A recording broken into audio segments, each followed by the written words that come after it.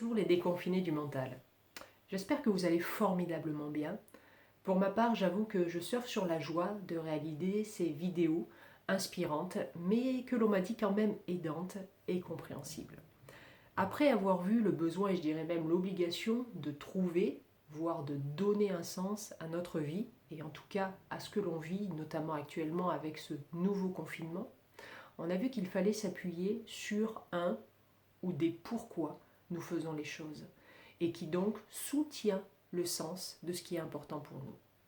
Hier, par contre, nous avons vu le fabuleux pouvoir de l'intention, qui est un pouvoir typiquement humain, et sur lequel nous pouvons surfer pour reprendre notre mental à main.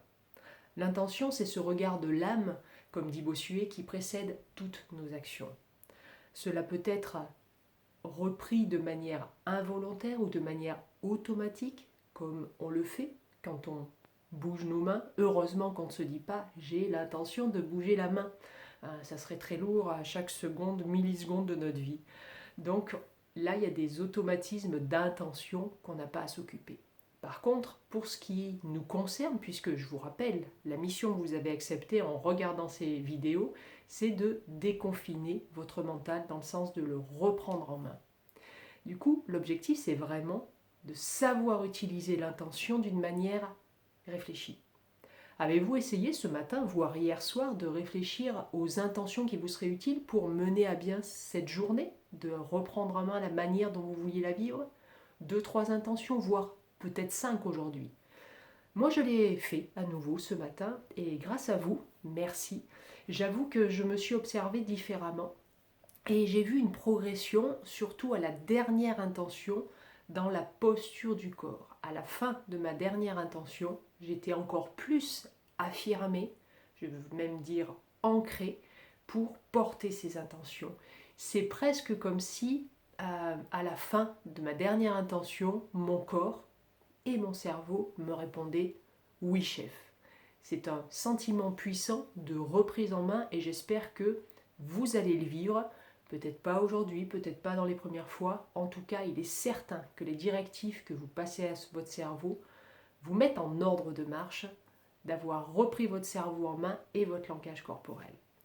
Et ça m'a encore plus convaincu de vous parler aujourd'hui de l'interaction corps-esprit. Vous l'avez déjà entendu, lu et j'espère ressenti, le corps et l'esprit ne font qu'un. D'autres personnes diraient aussi que cette équipe peut être composée de troisième composante qu'on peut appeler l'âme, mais ça appartient au niveau spirituel, donc je vous laisse aller sur le terrain si ça vous plaît. En tout cas, tout ce petit monde se parle, tout ce petit monde interagit pour nous faire vivre la meilleure vie possible. Ah oui, alors, cela est vrai à la condition que nous ne soyons pas déconnectés de notre corps. On est dans une société où il peut y avoir des familles qui axent plutôt l'importance de se développer au niveau physique, parce qu'on a des capacités physiques, qu'on a des résultats sportifs, donc l'aspect intellectuel peut être laissé de côté. Il y a d'autres familles qui, au contraire, ça va être tout pour travailler son intellect, sa raison. Et du coup, le corps, ça passe anecdotiquement. Et puis, il y a on va dire la majorité des familles qui surfent entre les deux avec des jauges plus ou moins variables sur l'intérêt qu'on développe sur les activités corporelles et puis sur les activités intellectuelles. On fait travailler son cerveau à l'école, puis au travail, et on peut faire des loisirs de manière plus ou moins poussée. En tout cas, on peut se dire qu'il suivra ou qu'il nous précédera dans la pensée. C'est toute cette difficulté de trouver le juste milieu par rapport à comment je prends en compte mon esprit, mon mental, comment je prends en compte mon corps. Et tout le travail que nous avons à faire quand on fait une intention, c'est certes de réfléchir intellectuellement à l'intention qui me serait utile pour telle action, mais c'est aussi, comme c'est le corps qui va le porter, de travailler à derrière mon intention, derrière les mots que j'emploie dans l'intention, qu'est-ce que je veux dire pour que le corps le traduise. Je vous donne un exemple. Si vous vous dites aujourd'hui, vous aviez l'intention d'avoir confiance en soi, j'ai l'intention d'avoir confiance en moi pour cette réunion. Si vous ne faites pas l'expérience de la confiance en soi de manière régulière, votre cerveau ne sait pas forcément ce que ça veut dire en termes de corps. Donc il faut passer par la phase de réflexion. La confiance en moi pour ce rendez-vous sera incarnée si j'ai une posture droite, si mon regard est direct et regarde mon interlocuteur, si ma voix est posée avec une certaine vitesse de voix, si j'ai les mains qui ne vadrouillent pas de partout ou qui au contraire sont totalement figées, etc. Et cette phase de réflexion en fait va vous donner une visualisation, une perception de ce que vous voulez vivre dans cette action de confiance en soi lors de cette réunion. Ça n'est pas évident, ça peut demander un entraînement, en tout cas c'est largement faisable parce que même si, imaginons que vous n'ayez jamais eu confiance en vous, vous avez des exemples autour de vous de gens qui vous font dire qu'elles ont confiance en elles et du coup vous pouvez utiliser de comment elles vous font sentir leur confiance pour vous les dupliquer, les modéliser dans votre schéma, votre intention, votre commande passée à votre corps et votre esprit, à cette équipe-là, pour le transcrire dans votre rendez-vous. Il y a plein de choses en fait que nous devons déterminer intellectuellement, donc le cerveau, l'esprit, avant de pouvoir le matérialiser et le montrer par notre corps, et c'est ce qu'on appelle le langage corporel. Et en fait, vous allez vous édicter à vous-même ce que vous entendez derrière les mots. Évidemment, si vous êtes coutumier, encore une fois, d'avoir confiance en vous, vous n'allez pas vous redire à chaque intention que vous exprimeriez de « j'ai l'intention d'avoir confiance en vous », vous n'allez pas édicter à chaque fois ce que vous mettez derrière. Il n'y a pas de nécessité. Votre cerveau et votre corps savent pertinemment ce que vous mettez derrière la confiance pour un rendez-vous, une réunion, etc. Pour le corps, sachez aussi que vous pouvez l'utiliser pour changer le format, la nature de vos pensées. Et c'est là que Superman intervient. Oula, je vois déjà des regards étonnés ou des réflexions du genre qu'est-ce qu'elle est en train de nous raconter, le lien corps-esprit, Superman. Ok, oui, je le répète alors, votre corps peut passer des ordres à votre cerveau, ou plus exactement, il peut dire de quelle nature doivent être les pensées. Si vous voulez, on va essayer. Vous allez penser à une idée triste. Alors ok, on est entouré pas mal en ce moment de nouvelles tristes, pardon, donc ça ne va pas être difficile d'en trouver une. Par contre, je vous promets qu'on ne va pas y passer des heures. Donc je vous laisse chercher quelques secondes une idée, une pensée triste qui vous rend triste. Ok, vous l'avez ? Maintenant, je vais vous demander de prendre la posture de Superman, la posture de super-héros. Donc vous voyez le topo, Superman vient de faire 3 fois le tour de la planète, il n'y a pas une goutte de sueur sur son front, et il atterrit avec légèreté, élégance et force en haut d'un building magnifique de New York par exemple. Du coup cette posture c'est quoi ? Les jambes écartées, les pieds bien ancrés au sol, le torse droit, le menton un peu vers le haut, le regard plein de fierté, et les mains sur les hanches et les épaules légèrement en arrière. Est-ce que vous arrivez à avoir votre pensée triste ? Logiquement, il n'est pas possible d'avoir une pensée triste. Ou alors vous l'avez intellectuellement.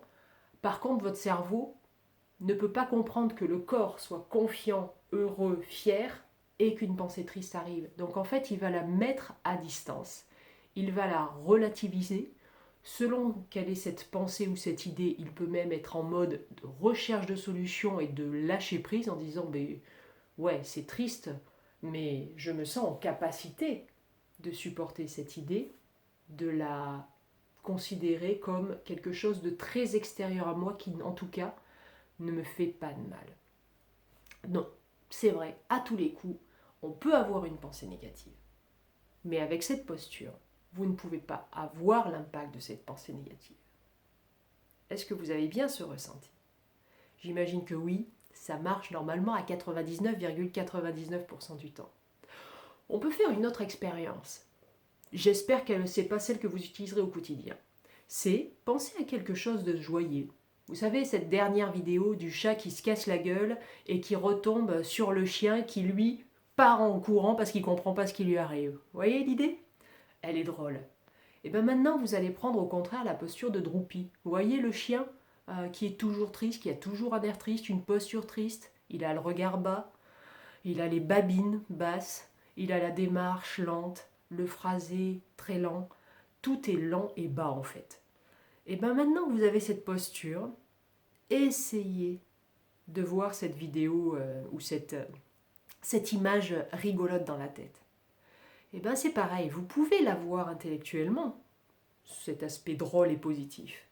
Par contre, elle ne va pas vous impacter dans la joie et l'euphorie. Il y a un lien qui n'est pas normal, il y a un lien qui n'est pas logique entre votre corps et votre esprit. Comment? Tu as une posture presque dépressive et tu veux que j'imagine quelque chose de drôle? C'est juste neuroscientifiquement impossible. Ça ne, comme diraient les geeks, ou les gens qui aiment beaucoup l'informatique et les applications et le numérique, pourraient dire ça ne connecte pas. Ben non, ça ne connecte pas. Vous comprenez désormais l'intérêt de soutenir vos intentions avec le langage du corps, qui va avec. Du coup, cela fait réflexion sur les intentions qui vous seraient utiles, réflexion sur ce que cela veut dire pour vous concrètement, et quelle incarnation cela peut prendre, enfin en tout cas quelle incarnation physique cela peut être une force pour vous de l'incarner. Quel est le langage corporel devant votre miroir qui vous fait dire j'ai confiance en moi, si c'est votre intention? Est-ce que vous acceptez de me dire des nouvelles de ces deux techniques? Alors bien sûr, j'aimerais beaucoup que vous appliquiez plutôt Superman que Droopy. Mais là, c'est vous qui voyez. Si jamais vous avez un cours de théâtre et qu'il faut Droopy, eh ben, vous savez comment faire. Et comme disait Fénelon, notamment un pédagogue et écrivain du XVIIIe siècle parmi ses nombreuses casquettes, l'homme étant composé de corps et d'esprit, il faut cultiver l'un et l'autre. Demain, je vais faire une spéciale dédicace à une personne que j'apprécie beaucoup et qui j'espère se reconnaîtra. Je ne vais pas dire ton prénom, je vais parler de travailler son rond. En attendant, si vous avez aimé cette vidéo, n'hésitez pas à l'aimer, à la partager, n'hésitez pas à échanger avec moi ou entre vous sur les différents supports que j'utilise. Et puis, donnez-moi de vos nouvelles, donnez-moi vos propres trucs et astuces pour tout ce qui est déconfinement mental. Je suis sûre que vous avez les vôtres. Moi, j'ai une boîte à outils bien remplie, j'avoue. Et si le confinement doit durer un mois, j'aurai ce qu'il faut. S'il doit durer plus longtemps, logiquement, j'aurai ce qu'il faut. Je vous souhaite une très bonne soirée et je vous dis à demain pour travailler sur votre rond. À demain.